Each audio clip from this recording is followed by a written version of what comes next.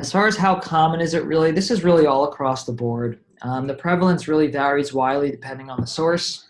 Um, there was one paper that reported IgE-mediated hypersensitivity food reactions affect approximately 1% of the canine population. A different paper reported about 5% of all skin diseases and 15% of all allergic dermatoses were the results of food hypersensitivity in dogs and cats. And then another paper reported a prevalence of 40 to 52% of food allergy in non-seasonally paritic dogs. So really all across the board. Um, as far as cats go, again, all across the board, but it's thought that there's a prevalence of about 12% in cats. This is from a study, that same study that had those nice diagrams. But in this study, many cats were excluded from this number, that 12% number, as having undetermined hypersensitivity disorders if they had inconclusive results on a diet trial. So this number may actually be higher. And then in dogs, association of food allergy with either flea allergy or environmental allergy has been reported in 20 to 75% of cases. So, we look at these numbers and, how common is it really? And the answer is we don't really know.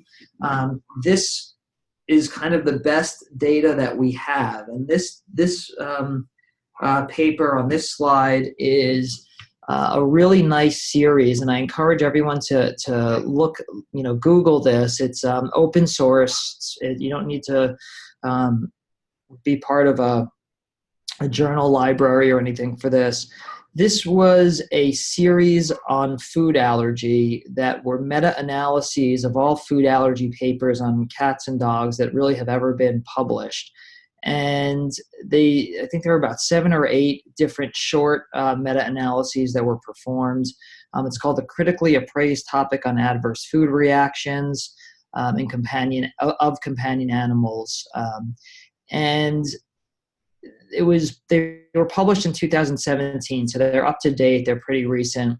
And this is what the prevalence of cutaneous adverse food reactions showed in this meta-analysis. So for dogs, food allergy is considered to be about 1% prevalence for any disease in a dog.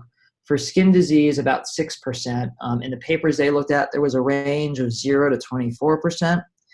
As far as paritic disorders in dogs, average or median prevalence of 18% with a range of 15 to 24%. For allergic skin disease in dogs, 20% with a range of 8 to 62%. And for dogs with skin lesions that look like atopic dermatitis, there was a prevalence of 29%. But look at that range there, 9 to 50% range. So, when I was learning dermatology, this kind of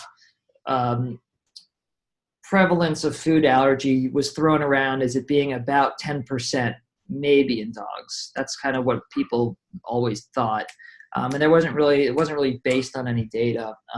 But this is what we think now. So for dogs with skin disease or allergic skin disease, there's actually thought to be a prevalence of about 20%, which is higher than I think most clinicians would think it is.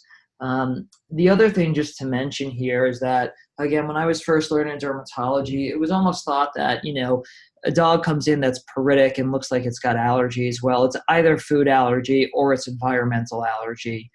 We now know that it's really not that clear cut. Most dogs that have allergies are what I call are on the allergy spectrum. And many of those dogs have atopic dermatitis, and then they have a food component to their allergies. And so most of these, studies may not be accurate with their numbers either, because a lot of dogs that are known to have atopic dermatitis, well, they may have a food component as well. As far as cats go, pretty similar numbers actually. So if prevalence of any skin disease, 0.2%, prevalence of any disease, 0.2%. Prevalence of skin disease, when skin disease is present, the prevalence of food allergy is 5%. When pruritus is present, the prevalence of food allergy is 12 to 21%. For allergic skin disease, again, there's that 10% number. The range is 5 to 13% in the studies that were evaluated. And then that last line is a typo. I apologize. That was from the previous slide. So again, for cats, similar numbers. We think about 10% for those with allergic skin disease, but cats can also have that kind of food component to their allergy. So you really just have individuals that have an allergic phenotype or an allergic predisposition that can have both environmental and food components.